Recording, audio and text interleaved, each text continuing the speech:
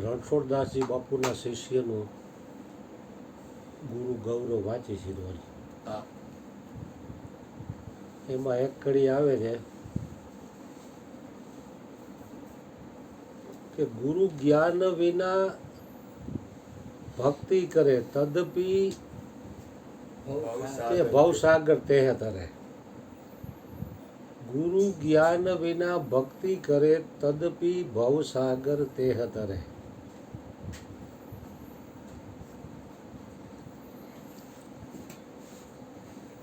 તો ગુરુનું જ્ઞાન નથી છતાં પણ એ ભવસાગરને તરી જાય છે. તો કેવી રીતે તરી જાય?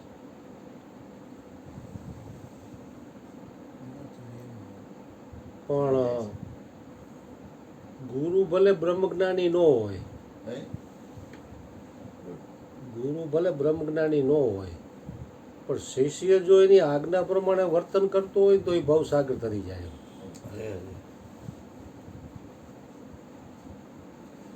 ટંકાર વાળો મૂળજી હા કેટલા વર્ષોથી આવે છે બાના વખતમાં. હા હા ખબર છે.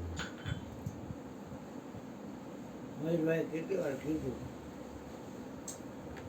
એ કાંઈ બોલે જ નહીં.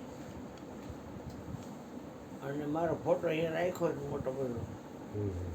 અને ગુરુ જ્ઞાન જ્ઞાન વિના ગુરુ ભક્તિ કરે તદપી ભવસાગર તે તરે.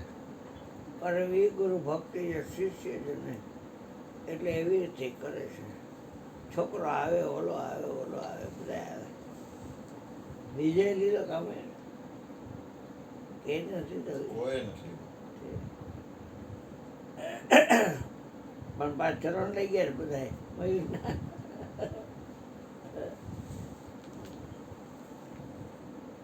બરોબર. એટલે ગુરુ ભલે બ્રહ્મજ્ઞાનની હોય નહીં અથવા એને બ્રહ્મજ્ઞાન મળ્યું ન હોય, પણ જો એ શિષ્ય ગુરુની આજ્ઞા પ્રમાણે વર્તન કરે તો એ ભવસાગર તરી જાય છે. જેવી રીતે આ સત્સંગમાં વાત થઈ હતી કે એક ગામમાં નદીના ઓલા કાંઠે એક મંદિર હતું શિવજીનું. ત્યાં કોઈ સાધુ આરતી પૂજા ને એવું કરતા. એમાં એક મોટી ઉંમરના માજી ત્યાં રોજ જાય દર્શન કરવા. એનો ભાવ શુદ્ધ. ત્યાં બધી પ્રસાદી ને કોઈ અનાજ ને આંતે ને એવું બધું રોજ ધરે.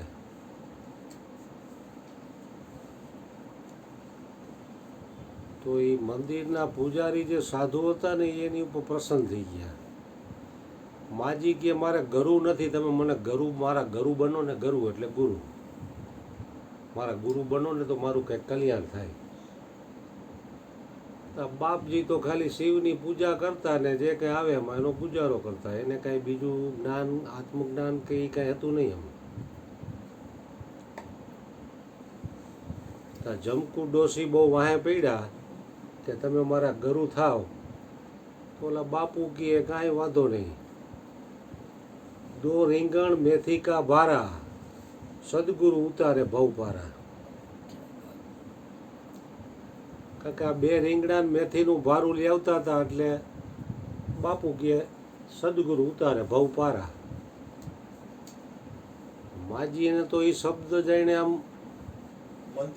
મંત્ર થઈ ગયો. શ્રવણથી રેડાનો સીધો હૃદયમાં ઉતરી ગયો. થોડોક સમય થયો તો ચોમાસાના ટાઈમમાં નદી બે કાંઠે. સામે નદીના હામા કાંઠે મંદિર હતું શિવજીનું. અને માજીને ગામમાંથી લગભગ કોઈ ગયું નહીં, કારણ કે એવા પૂરમાં તણાઈ જવાની બીક લાગે બધાને. માજી તો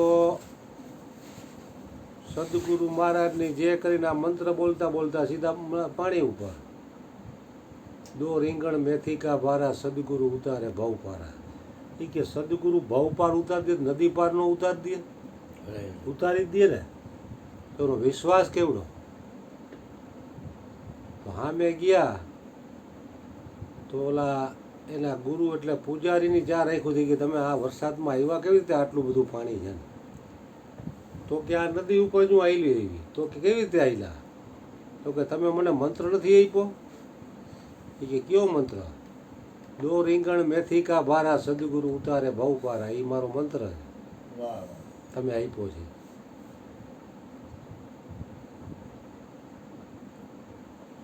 તો ઓલા પૂજારી માજીને પગ પગે લઈ જાય કે તમને જે જ્ઞાન થયું એ મને નથી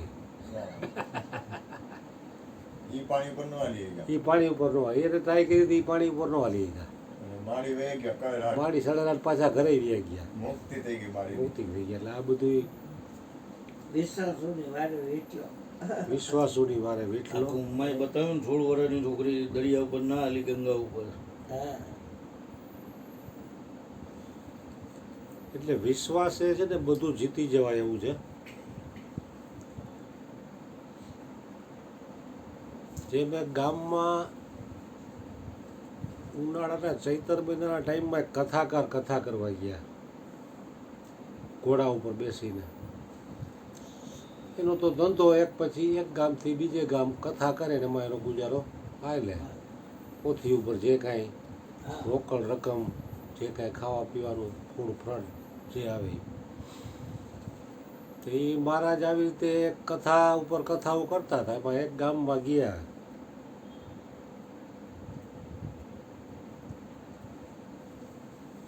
તો એક અભણ વ્યક્તિ બાપજીની કથામાં રોજ આવે અને એકાગ્ર થઈને કથા સાંભળે કારણ કે એકાગ્રતા છે ને એ પરમ તપ છે એનાથી મોટું તપ બીજું કોઈ નથી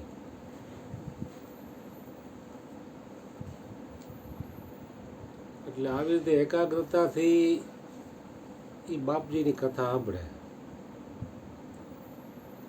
તો એક દિવસ બે દિવસ ધીરે ધીરે કરતા કરતા 7 દિવસ થયા તો કે બાપુ તમે મારા ગુરુ થાવ ને ગયા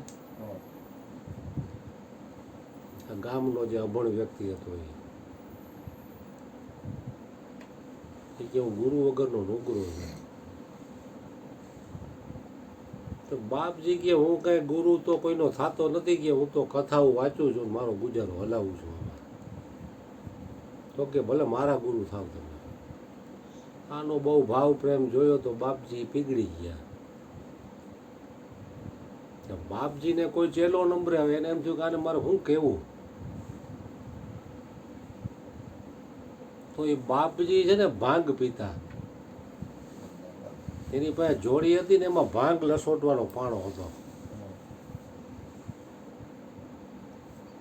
આ બહુ વાયા પીડ્યો ને તો આ પાણો આપ્યો કે હલે આ પાણો આ ઠાકોરજી છે કે નહેલા કે નહીં ઓર ખીલા કે ખઈયો જા આ મંત્ર આપી દીધો એ કે જાન છૂટે આવડો જાય તો નહેલા કે નહીં ખીલા કે ખઈયો ઓલો તો બિચારો અભણ માણસ એ તો કે કાંઈ વાંધો નહીં બાપજીએ તો મને કે ઠાકોરજી આપી દીધા ને મંત્ર આપ્યો મારે તો ડબલ કામ થઈ ગયું બિચારો હરખાતો ઘરે ગયો ને નાનું એવું મંદિર હતું એમાં બેહાડી દીધું એ ઠાકોરજી એમ હતો ભાગ લસોટવાનો પથ્થર જ ગોળ પાલિશ થઈ ગયેલો ભાગ લેડી કરી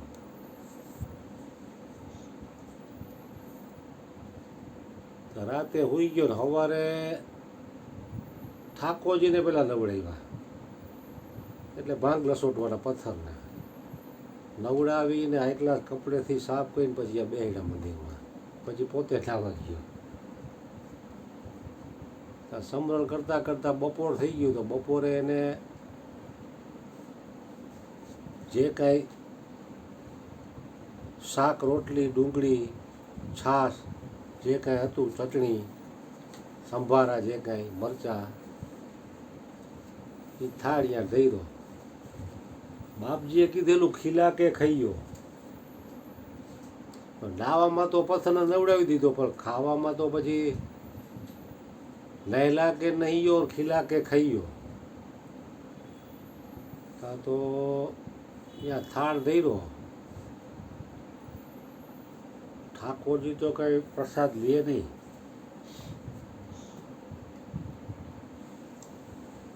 બપોર પછી હાંજ પડી ગઈ, આવડો ભૂખો. કે ગુરુએ કીધું છે ખીલા કે ખાઈયો એટલે મારાથી કેમ ખવાય? એ ખાય પછી હું ખાઈ શકું ના?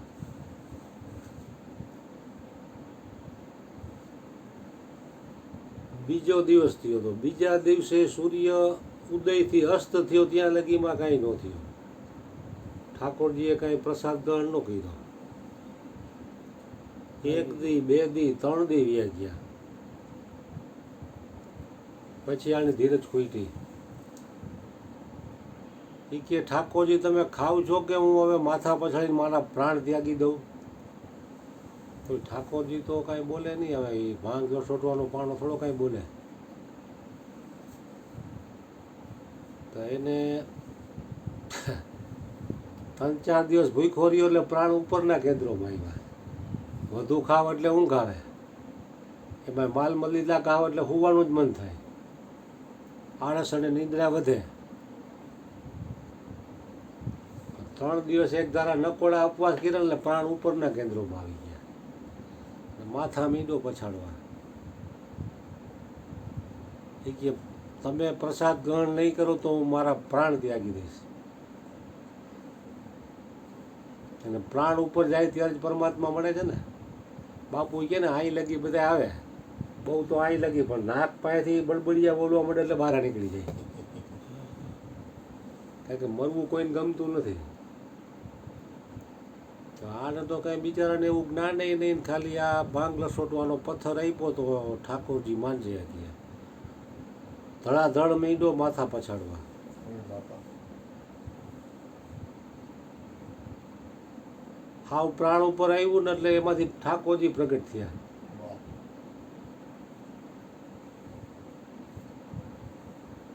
આના હાથેથી કોળીઓ ભરાવીને ઠાકોરજીને ખવડાવ્યો. અને ઠાકોરજીને આની ઉપર એવો પ્રેમ આવી ગયો કે ઠાકોરજી આને ખવડાવે. વાહ. નામ તમારે કાયા મળે નહીં, તમે કરો છો કામ આમ તમામ હા. બે હામાં હામાં એકબીજા ભક્ત અને ભગવાન હામાં હામાં પ્રેમથી કોળિયા દે અને થાળ આખે સાફ કરી નાખ્યો. પછી તો આવડો આ ઠાકોરજીને રોજ નવડાવે ને ઠાકોરજીને થાળ ધડે એટલે ઠાકોરજી પ્રેમથી જમી લીધે એને સમજી ગયા કે આ માથા પછાડશે. પછી તો કાયમીનો રૂટ થઈ ગયો. ઠાકોરજી લાઈન ઉપર આવી ગયા. સમજ્યા? હેબિટ પડી ગઈ, હેબિટ. હા, ઠાકોરજીને એમ થયું કે હવે હું નહીં જમું તો આવડો હારો પ્રાણ ત્યાગી દે, એટલે એ મજબૂર થઈ ગયા કે આનો પ્રસાદ તો મારે લેવો જ પડશે. તો સમય જાતા જાતા જાતા જાતા સમયનું વહેણ વીતતું ગયું. આવું તો બીજો 14 મહિનો આવી ગયો. તો ઓલા બાપજીને વળી ગામમાં કોઈ ખેડૂએ આમંત્રિત કરેલા, પાછા ગામમાં કથા વાંચવા આવ્યા. ઉનાળાના ટાઈમમાં ખેડૂતો નવરા હોય, પાછા કથા વાંચવા આવ્યા. એટલે આવડાને તો ખબર પડી કે બાપજી આવ્યા છે, એટલે તો એને સ્વાગત બાગત સારી રીતે કર્યું. એનું અબીલ ગુલાલ ને ફૂલારથી બાપજીને નવાઈ જા. અને પાછો એ કથામાં મીંડો જવા. બાપજીને કહે ઉતારો તમારે મારે જ રાખવાનો છે, ઓય બાપા. બીજે ક્યાંય ઉતરતા નહીં. ખાવા પીવાની તમામ સુવિધા આપણી અહીંયા છે. આ વખતે મારા હમ છે, મારા ક્યાંય કરતાં ક્યાંય ઉતરવાનું નથી. એટલે એના રૂમમાં ઉતારો આપ્યો બાપજીને. પછી 7 દિવસની કથા પૂરી થઈ એટલે બાપજીને કહે તમે હવે મારા ખેતરમાં ચરણ પગલાં કરો, તમે મારા ગુરુ છો. તો બહુ આગ્રહ કર્યો ને એટલે બાપજીને લઈ ગયો. 4-5 ખેતર આજુબાજુના લઈ લીધા. નાનકડું એક ખેતર હતું, એના બદલામાં મોટો ખેડૂ બની ગયો ગામમાં. અને માણસો એની આ કામ કરે. ખાતેદાર મોટો. કે બાપજી તમે મને જ્ઞાન આપ્યું ને, એ પહેલાં મારી પાસે કાંઈ નહોતું. આ નાનકડું 2 વીઘાનું એક બટકું હતું. પણ ઠાકોરજી મારે ટૂંઠવાણ થઈ ગયા ને, તો અટાણે મારા ખેતરમાં ઠાકોરજી જ કામ કરે. ઓય બાપરે. બાપ રે બાપ. અને ધાયરા કરતાં ઉપજ જાચી આવે અને વરસાદે એવા થાય છે તમારી કૃપાથી. તમારી દયાથી ગયા ખેતરો બધા થયા છે. તો કે મારી છે ને દયા કે તમે મને નો ઉપદેશ આપ્યો, બાપજીને તો યાદ નહીં, તો આખું વર્ષ આમને મેં પછી એક કથા કરી રાખતા. તો કે તમે મને ન કીધું નહેલા કે નહીયો ખીલા કે ખઈયો, તમે ઠાકોરજીનું આપ્યા. તો કે ક્યાં? તો કે હલો હું ઘરે બતાવું. ઘરે આ કથા કરે જોયું તો ભાંગ લસોટવાનો પાણો, સિંહાસન બનાવેલું, ગુલાબના ફૂલ બૂલ એમાં વ્યવસ્થિત રાખેલું, રોજ એની પૂજા કરે, ધૂપ દીપ કરે. એના માટે તો એ ભગવાન જ હતા.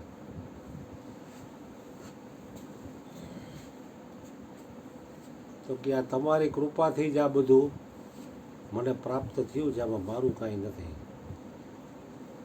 એટલે બાપજીને સારું એમ થયું કે હું આ ભાંગ લસોટવામાં મારી જિંદગી વહી ગઈ, કથા કરવામાં જિંદગી વહી ગઈ, અને આને હારાને પરમાત્મા પ્રાપ્ત થઈ ગયા. બાપજી કથા કરતા પણ એને ખુદને વિશ્વાસ નહીં. એ તો એનું ગુજરાન હલાવવા માટે થઈને કથા કરતા. તો સાક્ષાત ઠાકોરજી માનીને એનું સમરણ અને એને થાળ ધરાવવા માંડ્યો તો ભગવાન એનો પ્રેમથી થાળ ગ્રહણ કરવા માંડ્યા. એટલે શ્રદ્ધામાં કારણ કે વિશ્વાસે બધું જીતી શકાય છે. કારણ કે શ્રદ્ધા અને વિશ્વાસ વગરનું યજ્ઞ કર્મ પણ ઉલટું પરિણામ આપનારું થાય છે.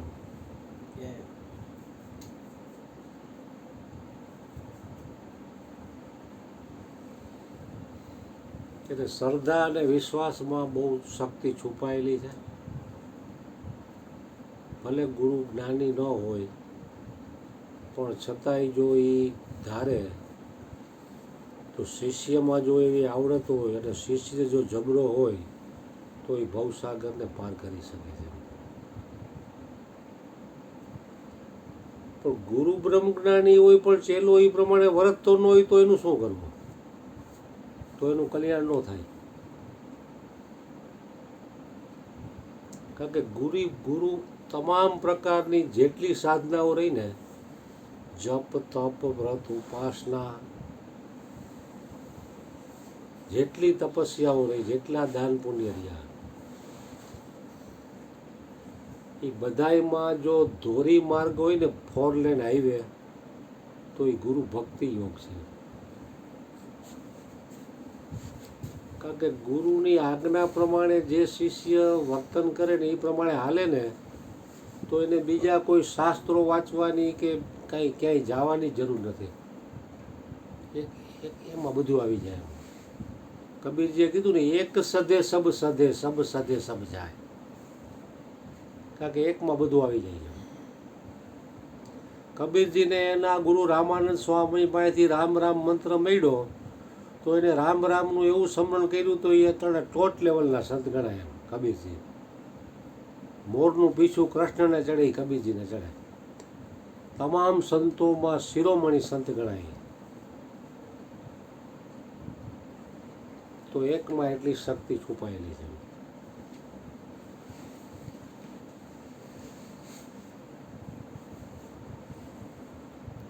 કારણ કે જીવને કોણ જાણે શું છે કે અનેકનું ભજન કરવા ટેવાયેલો છે. અનંત જન્મોથી આ ટેવ પડી ગઈ છે.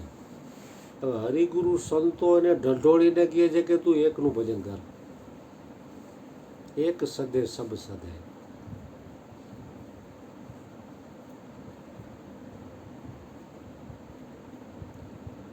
કારણ કે સંતની આજ્ઞાનું ઉલ્લંઘન કરીને કોઈ દીકરો મારો સુખી થઈ શકે નહીં.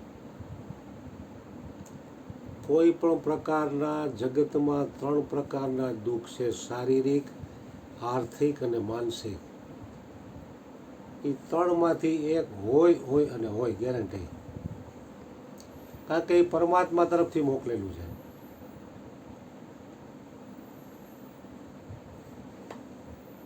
શરીર અટ્ટાગટ્ટા જેવું હોય તો પૈસાનો પ્રોબ્લેમ હોય, એક હાથે તે તૂટતા હોય. પૈસાની રેલમ છેલ હોય, આવક સારી હોય, તો માનસિક પ્રોબ્લેમ હોય, રાતે ઊંઘ ન આવતી હોય, ખાવાનું ભાવે નહીં, પચે નહીં. ત્રણમાંથી તો એક હોય અને હોય ગેરંટી. એમાં સાધુ સંતોને બાદ કરતા જગતના જીવોમાં આ ત્રણમાંથી એક હોય ને હોય. જો ત્રણમાંથી એકય ન હોય ને તો આ જીવ રહ્યો ને એ સંસારને સત્ય માનીને એમાં જ ડૂબી મરે. પણ પરમાત્માને કરુણા વરુણા કરકે એ એક કમી वो प्यारा परमात्मा ने भेजी हुई है. काका एक कमी હોય ને એટલે એ સંસારમાંથી એનું મન હટાવી અને ઉપર ઉઠે અને હરિગુરુ સંતોનો સંગ કરે. નહીંતર આ જીવ છે ને સંસારમાં જ કૂટાઈ મરે. मुनि शार्दुल श्री वशिष्ठ जी महाराज कहते हैं कि राम जी, त्रिलोकी में ऐसा कौन है जो संत की आज्ञा का उल्लंघन करके सुख चैन से जी सके? ત્રણ લોકમાં એવો કોઈ માયનો લાલ નથી કે સંતની આજ્ઞાનું ઉલ્લંઘન કરી સુખ ચેનથી જીવી શકે.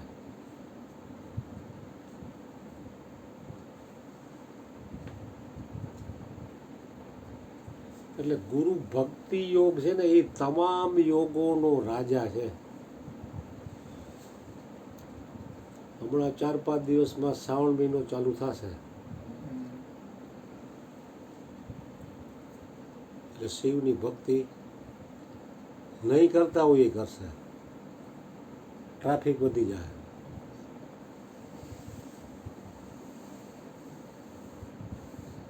આઠે પહોરની પૂજા થાય, 24 કલાક રામનાથ. અપોજ હોય તો એની પૂજા કરે. હા, નરસિંહને કેવી આ દેવોના દેવ શિવજીએ એમ કીધું કે ઉમા કહું મેં અનુભવ અપના, સત હરિભજન જગત સબ સપના. હવે આવું વર્ષોથી આ મહાપુરુષો પાસે આપણે સાંભળી છે, તોય આપણને જગત છે એ સપના જેવું લાગતું નથી. અને હરિભજન સત્ય છે એ નક્કી થતું નથી. આવા દેવોના દેવ મહાદેવ એવા શિવજી ભગવાન પાર્વતીને કહે છે. ગુરુ ગીતામાં પહેલો શ્લોક છે, આ કલ્પ જન્મ કોટી નામ, આ કલ્પ જન્મ કોટી નામ, યજ્ઞ વ્રત તપ ક્રિયા, યજ્ઞ વ્રત તપ ક્રિયા, તા સર્વા સફલા દેવી, તા સર્વા સફલા દેવી, ગુરુ સંતોષ માત્રતઃ, ગુરુ સંતોષ માત્રતઃ. ભગવાન શિવજી કહે છે કે હે દેવી, કલ્પ પર્યંતના એટલે કરોડો જન્મોના, આ કલ્પ જન્મ કોટીના યજ્ઞ વ્રત તપ અને શાસ્ત્રોક્ત ક્રિયાઓ એ સઘળું એ ગુરુદેવના સંતોષ માત્રથી સફળ થાય છે. હે દેવી, કરોડો જન્મના યજ્ઞ વ્રત તપ અને શાસ્ત્રોક્ત ક્રિયાઓ એ સઘળું એ ગુરુદેવના સંતોષ માત્રથી સફળ થાય છે.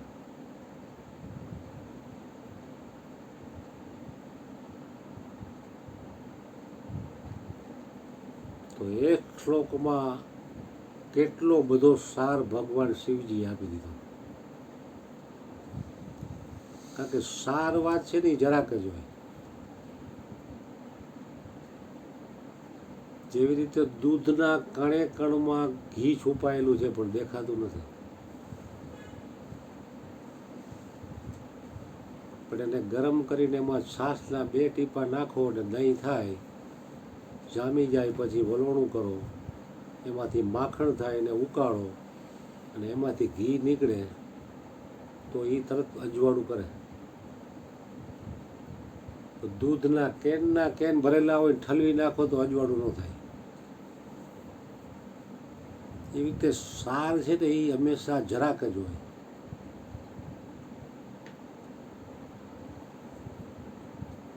બાપુ કહે ને કે આ ગુરુજીની વાત એવી છે ને, જરાક અમથી પણ આખા વિશ્વને ભયડો લે એવી. જો હૃદયમાં એ ઉતરી જાય તો, નહીંતર વાત એ વાત છે એમ.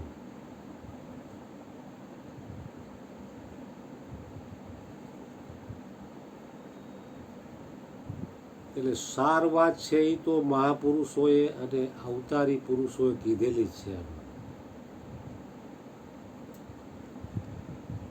કારણ કે બીનું સત્સંગ ન હરિકથા, બીનું સત્સંગ વિવેક ન હોઈ, રામ કૃપા બીનું સુલભ ન સોઈ. કારણ કે સત્સંગ વગર વિવેક જાગતો નથી અને રામની કૃપા વિના એ સુલભ પણ નથી. તો જેને વિવેક પ્રગટ થયો છે એ લોકો પછી એને ખબર પડી જાય છે કે સાર શું છે અને અસાર શું છે. પછી કોઈને ખબર ન પડે એમ અસારમાંથી ધીરે ધીરે મન હટાવી દે અને સાર તરફ જ મન લગાવે છે. ईश्वर के सिवा कहीं भी मन लगाया तो आखिर में रोना पड़ेगा या तो पछताना पड़ेगा. હરેકનો અનુભવ છે. આપણી નજર સામે કેટલા એવી ગયા તો આપણને એનો અનુભવ છે જ, છતાંય આપણી આંખ ઉઘડતી નથી.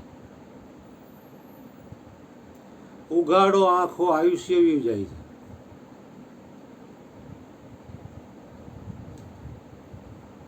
કારણ કે એક શબ્દ બાર પૈડા ભેગો ભૂતકાળ બની જાય છે. અને આપણો જે એક શ્વાસ છે ને એ આમ છોડ્યો એટલે ભૂતકાળ બની ગયો. હવે છોડ્યો એ શ્વાસ પાછો નહીં આવે. એના જેવા જેટલા બાકી હશે એટલા આવશે, કેટલા બાકી છે કોઈને ખબર નથી. પણ જે બાકી છે એ આવશે, બાણ જે વયો ગયો એ પાછો નહીં આવે. આ વાત કબીરજીને સમજાણી તો કબીરજીએ ઢોલ વગાડીને કીધું, कहता हूँ के जाता हूँ कहीं बजाऊँ ढोल, एक श्वास चल जाता है 3 भवन के मोल. જો એને શ્વાસની કિંમત સમજાણી તો એને બીજાને ચેતવવા માટે કે આવી ભૂલ કરી અને આ મનુષ્ય જન્મ એળે ન વ્યો જાય, તો સમસ્ત જગતના કલ્યાણ માટે થઈને કબીરજી આ વાત જગતના લોકોને ભેટ આપી કે જેથી કરીને આમાંથી જે કોઈ બચે તો એનું તો કલ્યાણ થાય, જાગી જાય તો. એટલે મહાપુરુષોનું કામ જગાડવાનું છે, અનંત રીતે જગાડવાની કોશિશ કરે છે. શું તો જગાડ્યો મને દેશરે દેખાડ્યો, જમણાના હાથેથી છોડાવ્યો. બુદટલા રે મારા ગુરુજીએ તાર્યા અને મને જમણાના હાથેથી છોડાવ્યો. કારણ કે તમામ જીવરિયા એ કાળના મુખમાં છે.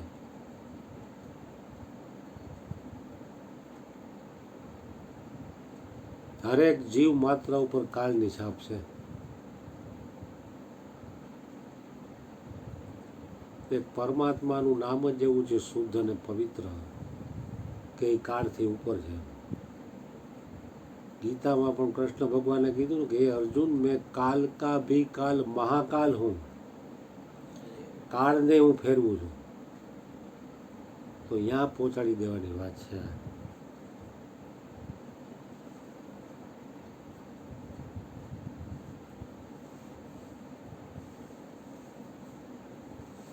એટલે હરિગુરુ સંતોનો તો એક નમ્ર પ્રયાસ છે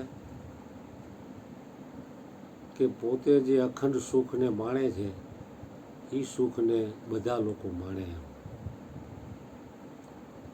ગંગા સતીએ પણ કીધું કે માણવો હોય તો માણી લેજો, આ પ્યાલો આવી ચૂક્યો છે અચૂક. પછી જો આળસ કરશો ને કાલની રાહ જોશો ને તો પછી આ જમીનમાં વસ્તુ વહી જશે, પછી કાંઈ નહીં થાય.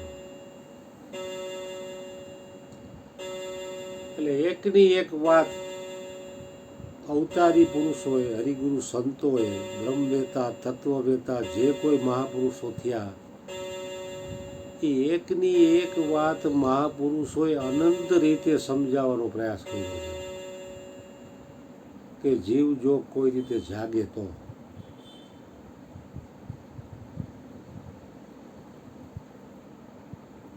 એટલે સદગુરુ શ્રી અર્જુન બાપાને આપણે પ્રાર્થના કરી કે તમે અમને જગાડ્યા છે, એવા ને એવા અમે જાગેલા રહી.